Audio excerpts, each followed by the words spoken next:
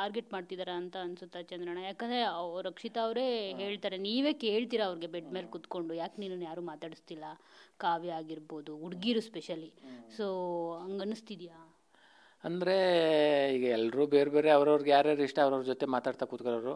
ಈಗ ಮಲ್ಲವ ಇದ್ದಾಗಂತೂ ಮಲ್ಲವ ಮತ್ತು ರಕ್ಷಿತಾ ಹೇಗಿದ್ರು ಅಂದರೆ ಅವರು ಕಲಾವಿದರು ಅಂತಲೇ ಅನ್ನಿಸ್ತಿರಲಿಲ್ಲ. ಎಲ್ಲರೂ ನಿಜವಾಗ್ಲೂ ಒಂದು ತಾಯಿ ಒಂದು ಮಗು ಹೆಂಗೆ ಅಂದರೆ ಸ್ನಾನ ಮಾಡಿಸೋತವೆಂದು ತಮ್ಮ ಸ್ವಂತ ಮಗಳಿಗೆ ಹೇಗೆ ಸ್ನಾನ ಮಾಡಿಸ್ತಾರೆ ಹಂಗೆ ಸ್ನಾನ ಮಾಡಿಸೋರು. ಅಷ್ಟೊತ್ತಿನ ರಾತ್ರಿ ಎಲ್ಲೋ ಹೋಗ್ಬೇಕು ಅಂದ್ರೆ ಜೊತೆಲೇ ಬರೋರು, ಊಟ ಮಾಡ್ಬೇಕಾದ್ರೂ ಜೊತೆ ಅವರಿಬ್ಬರು ನೋಡೋರು ಹೆಂಗೆ ಅನ್ಸೋದು ಅಂದರೆ ನಿಜವಾಗ್ಲೂ ತಾಯಿ ಮಗು ಅಂತ ಅನ್ಸೋದು. ಅದರಿಂದ ಬೇರೆಯವ್ರ ಜೊತೆ ಟೈಮ್ ಕೊಡೋದಕ್ಕಿಂತ ಮಲ್ಲಮ್ಮನ ಜೊತೆ ರಕ್ಷಿತ ಜಾಸ್ತಿ ಟೈಮ್ ಕೊಟ್ಟಿದ್ರು. ಆ ಮಲ್ಲಮ್ಮ ಹೋಗ್ಬೇಕಾದ್ರೂ ತುಂಬ ನೊಂದ್ಕೊಂಡು ಬೇಜಾರಲ್ಲಿ ಇದ್ಲು. ಆಮೇಲೆ ನನಗೆ ರಕ್ಷಿತಾ ಅಂದರು ಅವಾಗೆಲ್ಲ ತುಂಬ ಇಷ್ಟ ಆಯ್ತಲ್ಲ. ಆಮೇಲೆ ನನ್ನ ಜೊತೆ ಜಾಸ್ತಿ ಮಲ್ಲವ ಹೋದ್ಮೇಲೆ ನನ್ನ ಜೊತೆ ತುಂಬ ಚೆನ್ನಾಗಿದ್ರು. ಅಂದರೆ ಯಾಕೆ ಜಾಸ್ತಿ ಬೇರೆಯವ್ರ ಜೊತೆ ಒಂದಷ್ಟು ಜನ ಜೊತೆ ಜಗಳ ಅಂದರೆ ವಾಯ್ಸ್ ಜಾಸ್ತಿ ಆಗ್ತದೆ ಅಂದರೆ, ರಕ್ಷಿತಾ ಹೇಗೆ ಅಂದರೆ ಸರಿ ಆದರೆ ಸರಿ, ತಪ್ಪಾದರೂ ಅವ್ರು ಯಾರೇ ಇರಲಿ ವಾದ ಮಾಡ್ತಾಳೆ. ಇಲ್ಲ ನೀವು ಹಿಂಗೆ ಅಂದಿದ್ರಿ, ಇದೇ ಮಾಡಿದ್ರಿ, ಅದರಿಂದ ತಪ್ಪು ಅಂತ ಅಷ್ಟು ವಾದ ಮಾಡ್ತಾಳೆ. ಆ ವಿಚಾರದಲ್ಲಿ ಯಾರಿಗೂ ಸೋಲಲ್ಲ. ಅದು ಬೇರೆಯವ್ರಿಗೆ ಹೆಂಗೆ ಅನ್ನಿಸ್ತದೆ ಅಂದರೆ, ಈ ಚಿಕ್ಕ ಹುಡುಗಿ ವಯಸ್ಸಿನಲ್ಲಿ ಇಷ್ಟೊಂದು ಅಂತರ ನಮ್ಮ ಜೊತೆ ಸರಿಸಮನಿಗೆ ರೇಗಾಡ್ಕೊಂಡು ಮಾತಾಡ್ತಾಳಲ್ಲ ಅಂತ ಅನ್ನಿಸ್ಬೋದು ಅಷ್ಟೇ.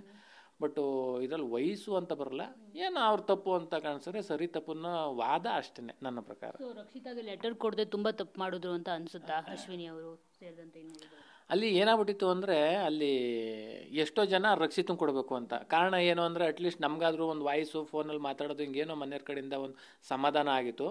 ರಕ್ಷಿತಂಗೆ ಏನೂ ಸಿಕ್ಕಿಲ್ಲ, ಅದರಿಂದ ರಕ್ಷಿತನಿಗೆ ಕೊಡ್ಸೋಣ ಅನ್ನೋದು ಒಂದಷ್ಟು ಜನ ವಾದ. ಆದರೆ ರಾಶಿಕಂಗೆ ಕೊಡಬೇಕು ಅಂತ ಏನಕ್ಕೆ ಅಂದರೆ, ರಾಶಿಕಾ ಎಷ್ಟೋ ಗೇಮ್ಗಳಲ್ಲಿ ತುಂಬ ಕೈಗೆ ಎಲ್ಲ ಏಟ್ ಮಾಡ್ಕೊಂಡು ಗೆಲ್ಲೇಬೇಕು, ಸೋಲ್ಲೇಬಾರ್ದು ಅಂತ ಎಷ್ಟೋ ತುಂಬ ಕಷ್ಟಪಟ್ಟು ಆಡಿದರು.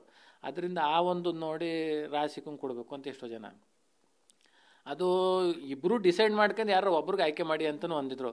ನಾವೆಲ್ಲ ಫಸ್ಟ್ ಇವ್ರಿಗೆ ರಕ್ಷಿಗೆ ಕೊಡೋಣ ಅಂತ ಅಂದ್ಕೊಂಡು, ಆಮೇಲೆ ಇನ್ನೇನೋ ಟೈಮ್ ಮುಗ್ದೋಗ್ತದೆ ಅನ್ನೋ ಇದರಲ್ಲಿ ಬೇಡ ರಾಶಿಗೆ ಕೊಡೋಣ ಅನ್ನೋ ಟೈಮ್ನಲ್ಲಿ ಅಷ್ಟರಲ್ಲಿ ಬೆಲ್ಲ ಆಗ್ಬಿಡ್ತದೆ.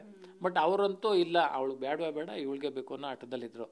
ಅಶ್ವಿನಿ ವೈಯಕ್ತಿಕವಾಗಿ ತಗೊಂಡ್ರು ಅಂತ ಅನ್ಸುತ್ತಾ ಚಂದ್ರಣ್ಣ ನಿಮಗೆ? ಇಲ್ಲ, ವೈಯಕ್ತಿಕ ಅಂತಲ್ಲ, ಆದರೆ ಅವ್ರ ವಾದ ಹಂಗಿತ್ತು ಅಷ್ಟೇ. ರಾಶಿಕಾ ಅಂತ ಅಟ್ಲೀಸ್ಟ್ ನಮ್ಮ ಜೊತೆ ಇರೋ ಟೈಮ್ನಲ್ಲಿ ಒಂಚೂರು ಅವರು ಹಂಗೆ ಅಂತ ಅನ್ಸೋದಿಲ್ಲ. ಯಾಕೆಂದರೆ ರಾಶಿಕಾ ಅನ್ನೋ ಗೇಮಲ್ಲಿ ತುಂಬ ಏಟ್ ಮಾಡ್ಕೊಂಡಿಲ್ಲ. ಅವಳು ಎಷ್ಟೋ ಸಲ ಕ್ಯಾಪ್ಟನ್ ಆಗ್ಬೋದಾಗಿತ್ತು, ಎಷ್ಟೋ ಸಲ ಅದು ಕ್ಯಾಪ್ಟನ್ ಆಗುವಂಥ ಒಂದು ಟಾಸ್ಕ್ ಬರೋದಾಯಿತು. ಎಲ್ಲ ಅವಕಾಶ ಸುಮಾರು ಸಲ ಮಿಸ್ ಮಾಡ್ಕೊಂಡ್ಲು. ಧನು ಒಂದು ಸಲ ಕ್ಯಾಪ್ಟನ್ ಆಗಬೇಕಾದ್ರೆ ಕಾರಣ ರಾಶಿಕನೇ ಬಿಟ್ಕೊಟ್ಟಿರ್ತಾಳೆ. ಈ ಥರ ಎಲ್ಲ ಇದ್ದಾಗ ಅಷ್ಟೆಲ್ಲ ಮಿಸ್ ಮಾಡ್ಕೊಂಡಿದ್ದಾಳೆ. ಈ ಸಲ ಅಟ್ಲೀಸ್ಟ್ ರಾಶಿಕನಿಗೆ ಹೋಗಲಿ, ಪತ್ರ ಸಿಗಲಿ ಅಂತ ಎಷ್ಟೋ ಜನದ ವಾದ.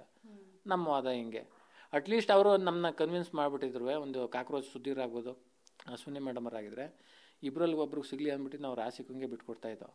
ಅವ್ರು ಹಂಗೆ ವಾದನೆ ಮಾಡಲಿಲ್ಲ, ಒಂದು ಸ್ವಲ್ಪ ದೂರದಲ್ಲಿ ಕೂತ್ಕೊಂಡ್ರು. ಅಷ್ಟರೊಳಗೆ ಟೈಮ್ ಆಗೋಯ್ತು, ಇಬ್ರಿಗೂ ಸಿಗದಿರೋ ಥರ ಮಿಸ್ ಆಯಿತು. ಇನ್ನು ನೀವು ಇಷ್ಟು ಬೇಗ